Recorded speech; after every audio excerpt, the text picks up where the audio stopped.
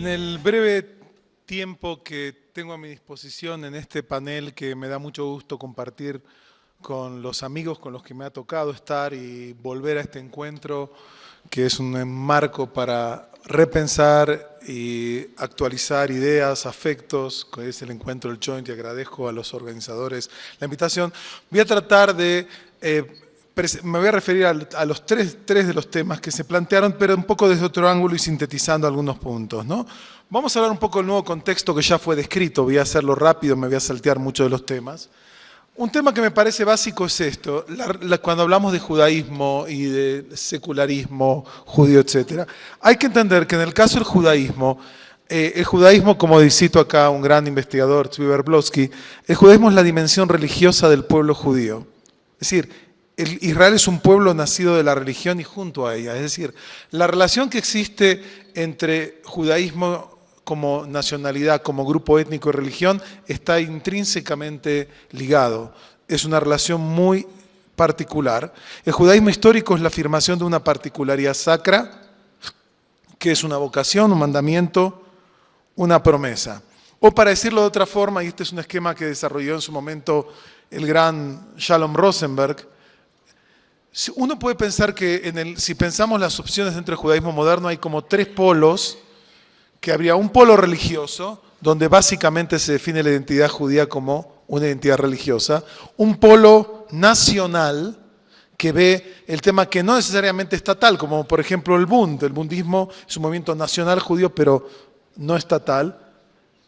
Estatal, que tiene que ver ya con parte o gran parte del movimiento sionista que ve en la dimensión estatal, pero esto no es un triángulo, hay que agregar una dimensión, es una pirámide, porque en esa pirámide está lo que se llama la dimensión social, posturas acerca de tipos de sociedad.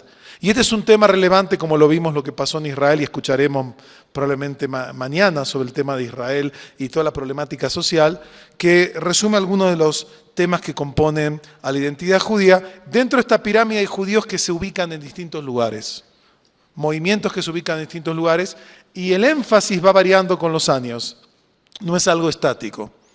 Ahora, primer punto, los sociólogos sostenían que el mundo va hacia un mundo sin religión cada vez más. Esa hipótesis ya está fuera de los ámbitos académicos. Esta teoría de la secularización está cuestionada. Numerosos estudios nos muestran que las religiones, para bien, para mal, de distintas formas, ocupan lugares fundamentales en la cultura, en la sociedad. Es un tema que ya no se discute. La pregunta es cómo interpretarlo. Hay que entender algo importante que tiene que ver con lo que decía el rabino Grumblat. Hoy en día sabemos que en realidad la secularización no actúa sola, se dan dos procesos simultáneos que se generan. Cuando vienen movimientos con lo que se llama el iluminismo radical, que mencionó Dan Nikolodenko hablando de Spinoza, y el libro de Israel sobre el iluminismo radical analiza muy bien toda esa problemática y el impacto, la secularización genera reacciones. Una reacción es lo que se llama el religious revival. Gente del mismo grupo religioso que ve que otros se alejan o cuestionan los fundamentos, generan una reafirmación religiosa, y esto lo vemos, y esto es una corriente importante. Y el segundo movimiento que se genera es lo que se llama formación de nuevos movimientos religiosos. La gente busca nuevas, por lo menos, corrientes o formas que no son nativas a veces del lugar. Esto se expresa como el auge del New Age en la cultura contemporánea u otro tipo de movimientos. Sin duda que más que hablar hoy en día de decadencia religiosa hay que hablar de cambios religiosos. Se están dando fenómenos y son fenómenos complejos que tienen conexiones locales, nacionales, regionales e internacionales. Hay una interacción muy grande. Hoy en día vivimos en lo que un gran sociólogo, pensador, Jürgen Habermas, llama sociedades postseculares. Es decir, ya las religiones salen del ámbito de la esfera privada, y lo vemos en casi todas las sociedades que las cuestiones religiosas tienen implicancias políticas, sociales, culturales, éticas. La religión se ha instalado en el espacio público como un componente a veces destructivo, a veces positivo. Vemos un enorme desarrollo, digamos, y transformaciones dentro del pueblo judío en nuestros días. Ahora, otro elemento más que incorporar es la globalización, porque fíjense, esto es interesante. La globalización, dentro de todos sus efectos económicos, políticos, genera una descomposición y recomposición de las identidades individuales y colectivas. fragiliza los límites de las definiciones, y acá se generan dos respuestas fundamentales. O una apertura a integrar y combinar aspectos de las tradiciones heredadas con otros elementos de la vida en la que vivimos, o el refugio en universos simbólicos que me dan una sensación de seguridad y de estabilidad en un mundo tan fragmentado y tan dividido. Y en el contexto más que también mencionó el rabino Grumblat, el tema de la posmodernidad ataca la homogeneización y permite las culturas locales, el discurso de la diversidad, y eso también tiene impactos que en casi todas las sociedades del mundo que vemos hoy en día son sociedades plurales, variadas. Vemos gente con turbantes, vemos gente con distintas identidades religiosas, cómo cambiaron las pautas de alimentación de los restaurantes tradicionales tenemos hoy en día en todo el mundo una enorme variedad, es parte de este fenómeno que valoriza la diversidad. Ahora, ¿qué pasa con el judaísmo de América Latina en este contexto específicamente? Uno de los cambios principales, y esto se está empezando a documentar, es que si vemos cuál es el cambio principal de judaísmo latinoamericano, diría que hay dos cambios principales. Uno, que en general hay una mayor religiosidad individual y comunitaria versus los modelos laicos, étnicos, culturales, que fueron los que organizaron los orígenes de la vida comunitaria. Y fíjate este dato, que de vuelta hay que revisar más algunos datos, pero es muy impresionante. En América Latina en los años 60, no hace 50.000 años, hace 50 años había aproximadamente activos de todas las corrientes, alrededor de 35, 40 rabinos en toda América Latina, que era una carencia enorme de liderazgo espiritual rabínico. Hoy en día hay más de 350, documentados probablemente más. En 50 años tenemos un crecimiento muy impresionante, y esto también ayuda a explicar por qué parte del cambio, porque sin liderazgo los cambios no se pueden dar. En el tercer congreso que organizó el Joint, que hicimos en Santiago de Chile, hice una presentación sobre este tema hace más de 20 años, y fíjense los temas que planteábamos, que en las últimas décadas vemos un fortalecimiento y una renovación de la vida religiosa y sinagogal en el continente. Y decíamos, si esta tendencia sigue, la sinagoga como institución y el liderazgo religioso asumirá un papel cada vez más mayor en la configuración de las pautas de identidad y la organización del judaísmo latinoamericano. Estos procesos significarán en algunas comunidades una verdadera transformación con respecto a los modelos del pasado. Y esto lo estamos viendo realmente, no es una cuestión de profecía, es una cuestión de análisis de tendencias. Hoy en día vemos que en general los judíos afiliados, que se identifican como tal, tienen pautas más tradicionales que en generaciones anteriores. En parte esto se debe a nuevos actores que han llegado en los últimos años, principalmente de Estados Unidos, el influjo del movimiento conservador, el influjo de Chabad Lubavitch, otros modelos, y vemos que estos cambios se reflejan en elementos muy concretos. Pautas de escolaridad, pautas de autodefinición como judío, pautas de activismo y política comunitaria, filantropía, en dónde se invierten y en qué causas se apoyan, y por supuesto las construcciones. Piensen cuáles son las construcciones que se han hecho en el judaísmo latinoamericano en los últimos 20 años. Y ahí vamos a ver, no en una forma teórica, sino muy concreta, cómo la arquitectura expresa las prioridades que las comunidades tienen. Ahora, algunos datos interesantes. De vuelta, hay que ajustar algunos elementos. Hoy en día el movimiento Masortí está en 31 ciudades de América Latina, tiene 48 centros que van desde, hablamos básicamente de congregaciones, en este caso con escuelas, algunas de 1000 familias, algunas de 100 familias, etc. Y hay 55 rabinos. Chabad Lubavitch tiene 41 comunidades en América Latina, con 84 centros y más de 100 rabinos. Ella Torah, un grupo nuevo que también está activando las últimas décadas, también tiene una presencia menor. Ahora, algunos datos interesantes para ver esta tendencia en los dos sistemas educativos, el de México y el de Argentina, aunque tengo entendido que en Brasil las tendencias son similares. En el año 90, el 16% de los alumnos en Argentina iba a escuelas denominadas ortodoxas. Y en esa misma época, en México, era más o menos el 12% de todos los alumnos que asistían a escuelas judías. Si pasamos al 2012, tenemos que en Argentina el número de 16 llegó al 29% de los alumnos que estudian en escuelas judías van a escuelas ortodoxas. Y esto es interesante, que esto ha crecido un 45%, aunque la población general de la red escolar disminuyó más de un 20%. Tomamos el caso de México, hoy en día un 36% casi de todas las escuelas son escuelas denominadas ortodoxas, estamos hablando de un 200% de crecimiento en 20 años. En Brasil tengo entendido que la tendencia sigue pautas parecidas, es decir, hay una tendencia general que se refleja en la escolaridad como uno de los escenarios donde se están redefiniendo los modelos de identidad. Ahora hay que entender que esto es un espacio de lucha. ¿Qué quiere decir? Hay competencia entre distintos grupos por imponer pautas, modelos de identidad, y uno de los escenarios en el que se refleja esa puja entre distintas posturas es sin duda el tema de... Ahora, les quiero mostrar un dato muy interesante, que esto es un dato de México último. En México se hizo un estudio que inició acá el doctor Sergio de la Pérgola en el año 91 y después se hicieron mediciones seguidas sobre cómo se define la persona con respecto a su judaísmo.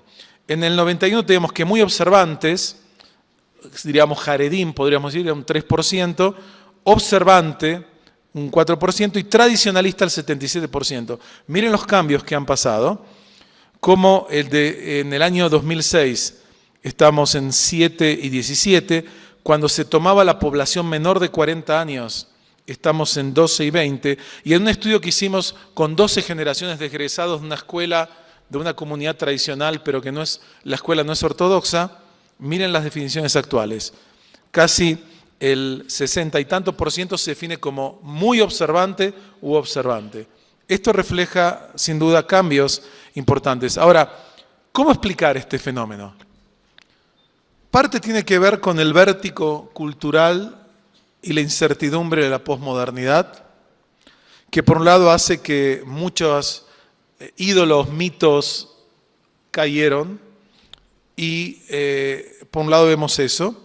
Vemos también el triunfo, lo llamaría, de la larga duración sobre la modernidad, o sea, la larga duración judía, siguiendo la definición de las escuelas de los anales. O sea, hay procesos de larga duración en el judaísmo que vuelven, que no se debilitaron durante 2 o 3 generaciones, pero vuelven a emerger. Y por supuesto el multiculturalismo, la diversidad, permite que yo pueda identificarme como un argentino, un colombiano pleno, usando peot.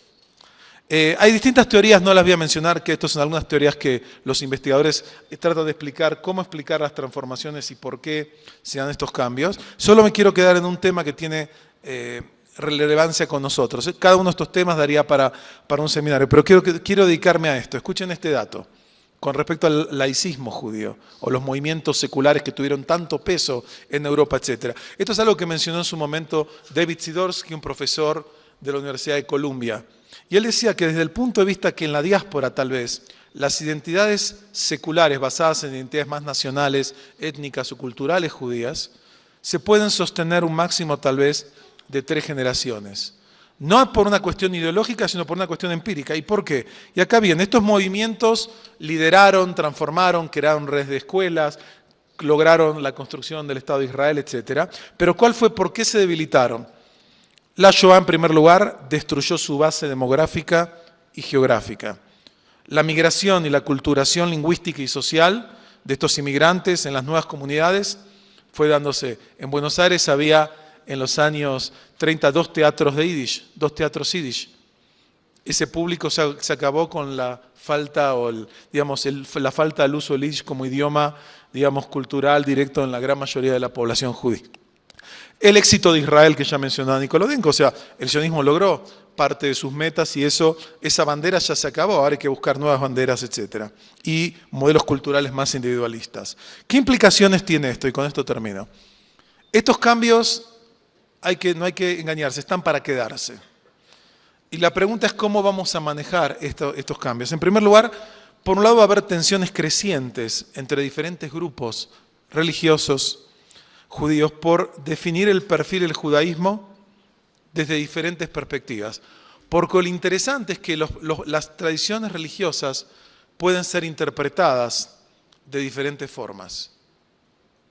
Y esto no es un fenómeno de la modernidad. En la Edad Media, Yehuda Levi interpreta a Dios, Torah, Israel en forma diferente como lo interpreta Maimónides o como lo interpretan los cabalistas. Es decir, aceptando los mismos principios referenciales, Se los puede interpretar y esas interpretaciones tienen implicaciones acerca de dónde están los límites, dónde está la autoridad, cuáles son los mecanismos de cambio y las prioridades. Va a haber sin duda conflictos ideológicos que ya existen por visiones diferentes, por recursos, por liderazgo. Hay grupos que tienen estrategias muy claras, que saben lo que quieren y a dónde van. Y hay grupos que todavía no entienden bien qué está pasando en la dinámica de nuestras comunidades y no tienen desarrolladas ni estrategias, ni metas, ni una coherencia que genere temas. Hay sin duda, va a haber luchas que ningún grupo va a poder controlar la totalidad porque la diversidad es una realidad muy poderosa dentro de las estructuras comunitarias. Y acá lo que vemos es que hay dos estrategias, y quiero decir, las dos estrategias son legítimas. Son dos estrategias que se están planteando en el mundo judío con variantes, obviamente. Una es una estrategia basada en un modelo judaico que tiene muy clara sus límites, muy claros sus contenidos, muy claro su homogeneidad, que tiene una postura que estas son las reglas de juego y el que está dentro, el que está afuera, está afuera. Y esa es la mejor estrategia para preservar el futuro de nuestra identidad. Y hay otras líneas que plantean que en la medida en que tengamos modelos más plurales y más incluyentes y más flexibles, esa va a ser la estrategia que mejor va a funcionar. ¿Quién tiene razón de estas dos posturas? No lo sabemos. Como no lo sabemos, eso requiere respeto de las opciones y requiere que antes de tomar decisiones en temas cruciales que hacen a los límites identitarios, políticas comunitarias con temas de conversión, temas de cementerios, temas de educación, temas de representación, estos temas tienen que ser analizados muy seriamente. Y no podemos decir, estos son los fundamentalistas, o por la otra parte descalificando de esa forma, o plantear al revés, estos son los light que no saben de qué están hablando. Creo que se requiere un discurso diferente y por eso quiero finalizar planteando algo que me parece clave. Creo, y lo planteo así, creo que necesitamos un nuevo pacto de civilidad judía comunitaria. Con toda la fragmentación que existe en nuestras comunidades, y cada comunidad es diversa, hay una enorme diversidad de comunidades. Tenemos comunidades que son 100 personas, tenemos comunidades que son decenas de miles de judíos, tenemos instituciones articuladas, ordenadas, tenemos instituciones muy variadas. Quiero plantear algo muy simple como una propuesta que tiene que ver con cómo nos manejamos con la diversidad, cómo nos manejamos con distintos enfoques, muchas veces igualmente honestos y ciertos. Y doy un ejemplo de algo que pasó esta mañana. Esta mañana en este congreso hubo 2 minyanim. En los dos casos, judíos que creo aman a Dios, a la Torá, al pueblo de Israel, de la misma forma, nadie puede entrar en la mente y el corazón de cada uno, rezamos juntos, cada uno en su grupo, por algunas diferencias de estilo. Ahora, ¿quién puede decir cuál de estos 2 minyanim es legítimo y cuál no es legítimo? ¿Alguien se puede poner en el lugar de Dios de saber que ese servicio gratis que le hicimos esta mañana tiene un valor de un tipo y de otro? Y por eso planteo una propuesta que es muy simple. Primero, tenemos que acordar principios fundamentales que preserven un sentido de Klal Israel, es decir, el sentido de pueblo judío, y de Ahavat Israel, y de amor al pueblo de Israel, que son principios de la Torá, son principios de la nacionalidad judía que creo que nadie puede cuestionar, ¿no? Es decir, el principio de Klal Israel, punto. 2, reconocer y respetar la biodiversidad judía. Yo no hablo de las Coca-Colas que hablaban ayer, a mí me gusta un término más de la ecología, biodiversidad judía. Por último, creo que tenemos que limitar expresiones y acciones que violenten estos principios. No se puede permitir que se patee el tablero comunitario una vez que se acuerdan los temas. Y por último, definir espacios y reglas de juego para dirimir las controversias y los conflictos que afectan a nuestras comunidades. Gracias.